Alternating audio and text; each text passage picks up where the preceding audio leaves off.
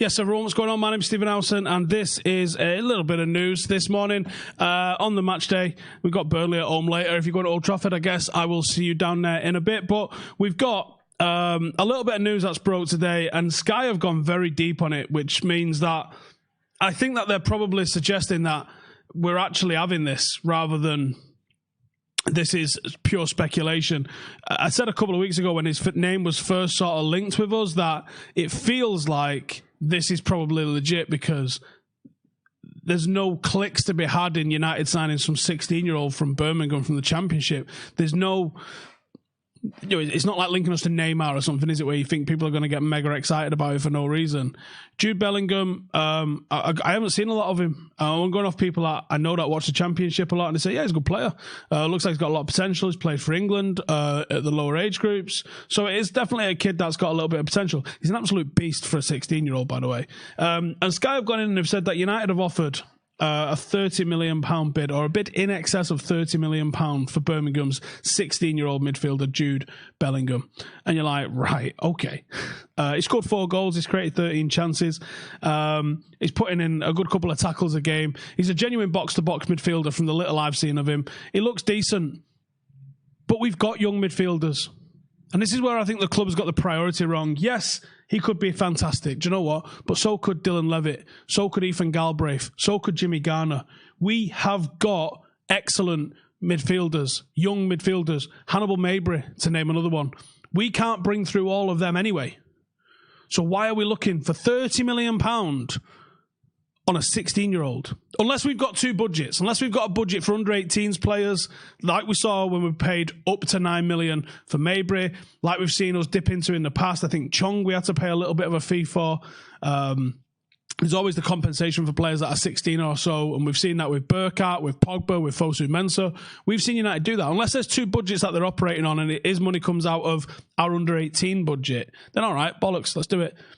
But if this is money coming out of the pot for the first team, where we're haggling over a possible potential world-class player in Bruno, and we're haggling over a couple of €1 million for a player that walks into the first team and instantly improves the first team, to buy a 16-year-old who might not be ready for the first team for another 2-4 years, what are we doing? Unless this is just all the papers blowing smoke up it and, do you know what, we're getting both. Okay, if we get both, we get both. But does it feel like we're getting both to you? It doesn't feel like we're getting both to me. It feels like it's probably going to be, we spend 30 million on this kid, or we try and lowball Sporting Lisbon into accepting a fee that they don't really want to accept for Bruno Fernandes. It feels to me like the club have got the priorities absolutely all over the place with this one. Do you know what? Save the 30 million on Jude Bellingham. Let's get Bruno in. If he's that good, we can go back to him in the summer, when we've secured Champions League football on the back of bringing in Bruno in early enough time that it actually makes a difference to our season going forward. Do you know what I mean?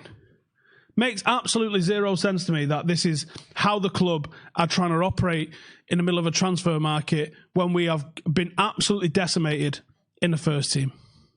Absolutely decimated in the first team, and this is what we are trying to do now. It just makes absolutely no sense to me whatsoever. I get your questions, and I'm going to come to your questions in a second. So, do I think he's a good player? From honestly, it's a little bit that I've seen of him, yes. And people that know the Championship are saying, yeah. So, okay, sound. And I always want to bring in good players. But if it's at the detriment of us bringing in somebody like Bruno Fernandes, it doesn't make a lot of sense to me, because I don't know where he fits in the grand scheme of things. Is he as good as Garner? Is he better than Garner? Is he as good as Galbraith? Is he better than Galbraith? Is he as good as Levitt? Is he better than Levitt? I don't know the answer to all of those questions, and I don't think any of us know the answer to any of those questions, because we don't know how those lads would do if they was given the opportunity in the Championship. I think some of them should be given the opportunity in the Championship. I'd love to see them go out on loan and absolutely rip it up, because I do believe that the players in there are plenty good enough to go and do that. It just seems to me like the club's got the priorities all over the gaff with this one. Let us know in the comments, do you think this is a good signing? Would you rather we focus on Bruno? No, I don't know, but I would assume most people are of the same sort of thinking I am, which is like, I mean, yeah, get him, but like, what are we doing? That's my thoughts on that. Outside of that, we've got obviously the Inter Manchester United that Conte's trying to build over in Italy. How bad must Serie A be if you can challenge for a title having the cast-offs from a team that's in 5th? That makes no sense to me. Like, so Chong's going to go. He's joining Sanchez. He's joining. Looks like Damian's about to join. He's joining Lukaku. Ashley Young's now there. Unbelievable. I said on Twitter last night, I can't believe, and I've not heard, and I have tried to find out, and everyone's like, not that I know of. I've tried to find out if there's anyone that's gone from Manchester United's backroom staff, either in the recruitment department, the coaching, even the medical department, anything that's now working for Inter Milan, because for us to sign so many players from United for them to sign so many players from United makes no sense to me whatsoever. No sense to me whatsoever. So Fabrizio Romano is saying Inter today met again with the agent of Tahith Chong, advanced talks for a contract bid, trying to sign him as a free agent for next summer. I'm sure that's 100% accurate because United aren't offering a deal, or we've pulled back on our deal for him. Am I happy? Not really, to be honest. I'd like to have seen him given a loan and see if he could progress and still be part of the club, but ultimately, we're not really losing out hugely with Chong. Considering his age, you have to look at what Marcus was doing at this age. And only a couple of months ago, everyone thought Marcus was shit, so it's one of them, innit? One of the questions we've got here, Steve, if Bruno arrives and Pogba goes, does this make us stronger or weaker as a team? Well, if Bruno plays, it makes us stronger, doesn't it? And we don't know until the proof is in the pudding, isn't it? Like, I think Pogba dwells on the ball a little bit, and from what I've seen of Bruno, he's a little bit quicker in possession, and maybe that works for us a little bit better. But we won't know until he comes. Glenn, love what you're doing, mate. Thank you, brother.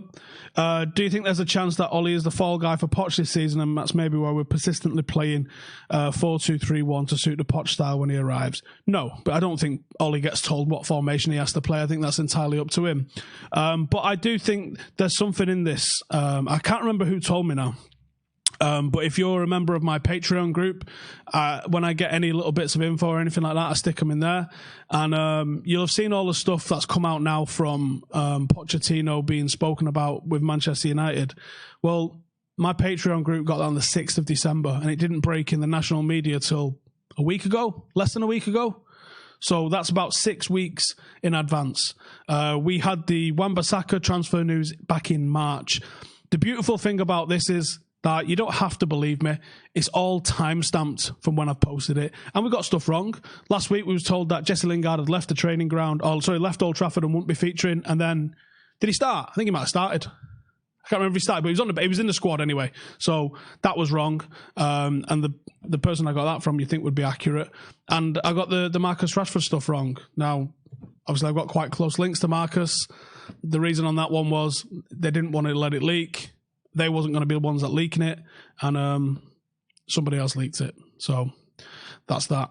But we do get stuff early. I had a look in the last 6 weeks, actually, since that Pochettino one, there's been 15 bits of information that we've dropped in on the Patreon group. So if you go in there for info, it's not really for you, but there is a lot of info. The whole idea of what we're doing in the Patreon group is to create a community of United fans that help keep these channels supported, but there is a lot of info in there.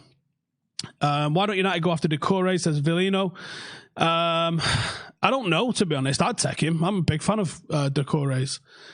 Would I be happy with Jude if we got Bruno on someone else as well? Yeah, I would, yeah, but it just seems mad to me that we've got 30 million to spend on a 16-year-old that's probably nowhere near the first team for at least a year, right? Let's get giddy and say it's at least a year away. But we're haggling over supposedly a couple of million with Sporting. Don't you think Sporting read the papers as well? Are they not sitting there going, hang on, they're willing to pay 30 million for a fucking kid from the second tier of English football, but you've got this guy that's going out rassing it up in Portugal. He's doing it in the intercontinental competitions. He's got 52 goal contributions last season. There'd be every right to go back to United and be like, go fuck yourself. How much are you trying to pay for him? No.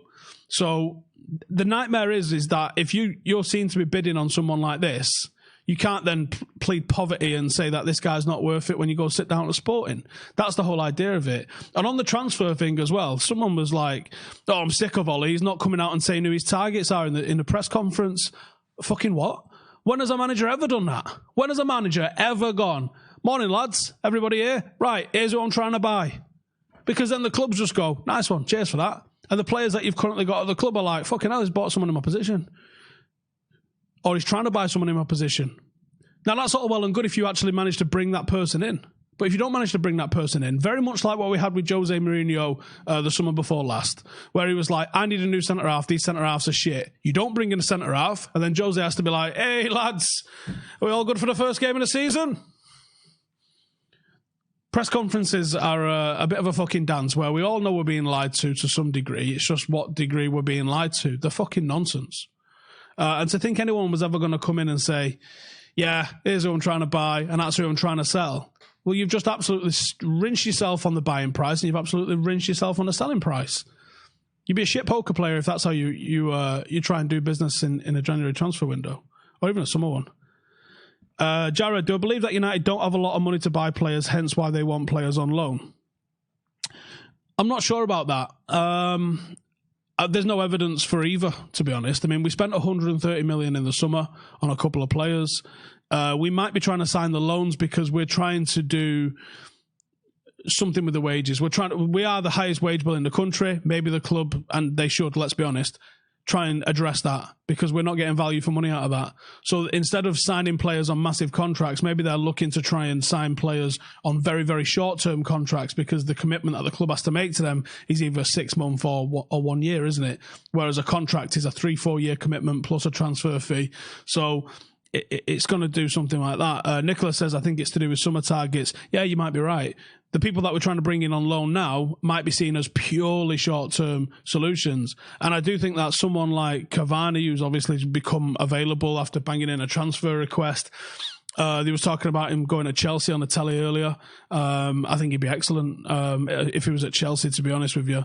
And I think he'd probably be all right if he came to United. I just don't see the link with United at all, to be honest. And there's obviously a lot of talk that he's going to Atletico Madrid as well. So, I think there probably is some good players. I think I just saw earlier, Odriozola from Madrid has just gone on loan at Bayern Munich. He's a belting little right back.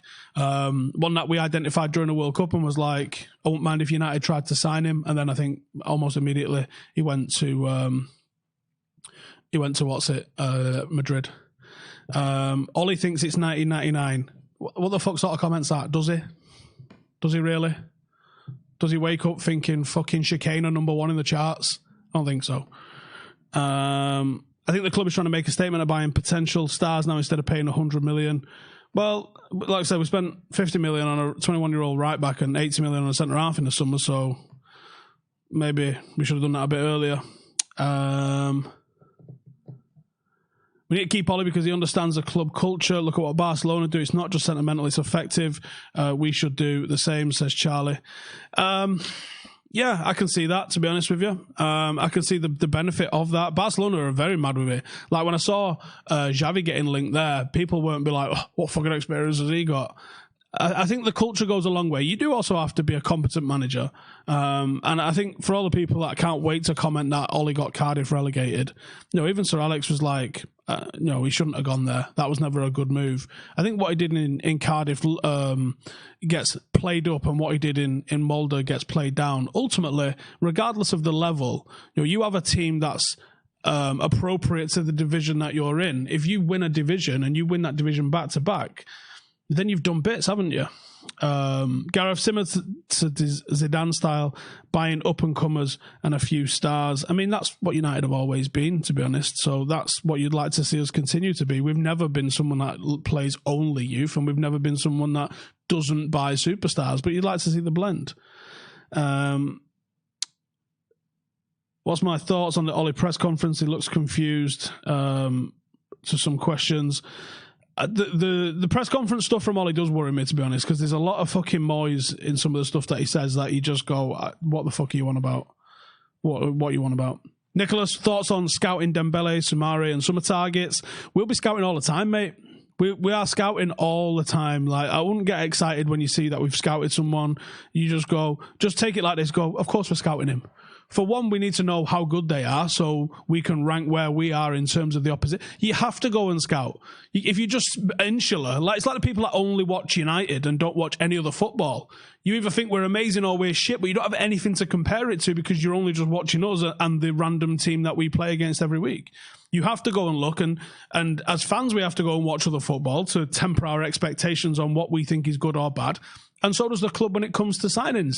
You probably have the club go out and watch the Championship and then go and watch our under-23s and go, actually, I think he probably should be. Yeah, actually, no, we're good. Or you go and watch them. They go send them out to Italy, you send them out to Portugal, you send them out to Holland, and you go, oh fucking hell, this player's well better than what we've got. Well, let's get him. The scouts have to watch both, so then aware of what level they're trying to scout to improve. You know what I mean? Does that make sense? Think about Fergie. He came from a poor league and was given time. He got it right. Yeah. If you go back and read some of the reports and some of the articles about Fergie at the time, people are like, you can't compare him to Fergie. Well, I am doing, so shut the fuck up. Right? Fergie got sacked as well from Queen of the South, I think it was. Or Queen's Park. One of those. Ones in Scotland. He got sacked from there. So why is that never brought up for what Fergie did?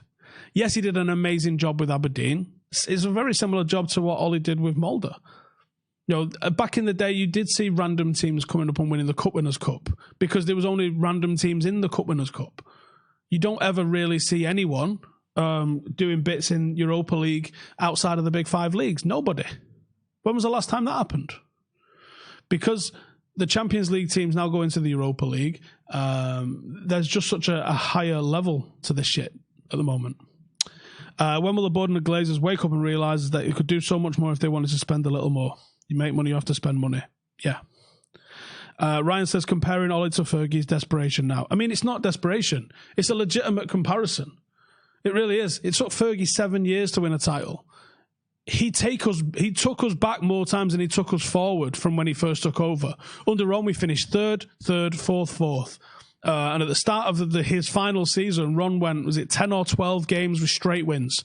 And then a couple of injuries absolutely ruined the team, and he lost the confidence in his own ability. He tried to quit that summer, thought he took him too far, and that probably was the warning sign. Martin Edwards told him he wasn't going to accept his resignation and to keep going. And then the start of the next season, I think we was like 13th or something like that, and they sacked him. Then they brought Fergie in. In his first full season, he came second. Think about what you think the press would have been saying at the time. They'd have been like, he's got it, he's good, this guy. Then the next season, he came 11th. Imagine a manager who went from second to 11th. Ranieri didn't go as far down after winning a title with Leicester, and they fucking sacked him. So what would somebody do now? What would somebody do now if they went from second to 11th? They're gone. And then they went from 11th to 13th. You'd be like, get rid of this fucking clown. You all know it. It was boring, according to my old man. I was 3 at the time. He said it was fucking boring football. You'd lose 1-0. It was just soul destroying. No one would batter you, but you just didn't score goals. But Fergie was trying to completely change the culture of the club, and he got rid of some major league fan favourites. Strachan, Whiteside, Paul McGrath. These players that were fucking loved. See ya. Get out of here. Stapleton, see ya. Get out of here. And it took him a long time to change the culture of the club. And I think he was like, I think it was 2nd, 11th, 6th, 11th, 13th. And then it was like 6th and then 4th and then 2nd. It eventually started to climb for him and he got the right thing. Now, not every manager given time is going to do that. They're not. But we haven't really given anybody time. Jose Mourinho, 2.5 years. Louis van Gaal, 2 years. David Moyes, 9 months. This isn't time. And it's not the right investment either. Pep Guardiola signed 30 fucking one players in 3.5 years at City. And he's fucking ruined because he's lost Laporte for a couple of weeks. Just think about it. Rodney says, so you're going to give Ollie 20 plus years? I mean, did you fucking pull it out your ass? Who here said that? I said it took Fergie 7. So he's going to take Ollie more than fucking 1, isn't it? If the greatest manager of all time, who also got loads of money to spend because he was breaking British transfer records. If he got 7, needed 7, can we give Ollie 1? Can we give him 2? Because I don't think he's going to be anywhere near the level of Fergie. So surely you need more time than the greatest they've ever got. Or is it just me? Without modern management structure, which includes a director of football, United are dead in the water if they don't, says Taggart. You're right. You are right. I think David Moyes said he took over a 1980s club in the background. Well, essentially, Fergie really was our director of football. He had the vision to do what he wanted to do with the academy, he had the vision for what he wanted to do with the first team, and he also had the power, more or less, probably didn't have the money, but he had the power to be able to bring in whoever he wanted. He was not questioned. Think about this, right? We had 4 strikers in the summer of 2012. We had Dimitar Berbatov, we had Danny Welbeck, we had Chicharito, and we had Wayne Rooney. Most people would probably agree it's a pretty fucking strong forward 4, isn't it? Fergie went, I want Robin Van Persie. Now, David Gill didn't say, we've got 4 fucking strikers, mate. Where the fuck's he going to play? He went, all right. And he went out and got Robin Van Persie and we won the league the year after. That's the difference. Now, he was a relatively cheap buy, and there's a lot of talk going around that Fergie actually wanted Bale and Ronaldo in 2012 and just didn't get them. I mean, wasn't too bad with getting just Robin Van Persie, but maybe that was the writing on the wall for him and why he ended up having to go. But ultimately, you have to have that investment over a long term. The likes of Rio Ferdinand's signing and Paddy Evra's signing and Vidic's signing, they took a couple of years to really see the benefit of those players. They didn't bang immediately. Rooney maybe hit the ground running quite hard, but Ronaldo didn't. Takes time for players to bed in. So why wouldn't you think it takes time for a manager to bed in? And why wouldn't you think it would take time for a manager to bring in signings and make the team in his image before you start to see the fruits of it? You know, people love to fucking pipe Klopp off at the moment. He finished 8th in his first season. 8th. We're not going to finish 8th under Ole, I don't think. If we get some more injuries, we might, but, you know. Right, that went a bit off topic, but fuck it, I enjoyed it. Give us a like if you enjoy listening to us waffle shit. Come and join the boys later on the watch along. They'll be live for about 15 minutes before kickoff. We'll have the team news live about an hour before the kickoff as well. So make sure to come and check all of those out. And if you've not seen them, check out the podcast and also the Behind Enemy Lines with Vizza. So hit subscribe if you're not, and go and check out all the rest of the stuff on the channel. But cheers for tuning in. See you in the next one.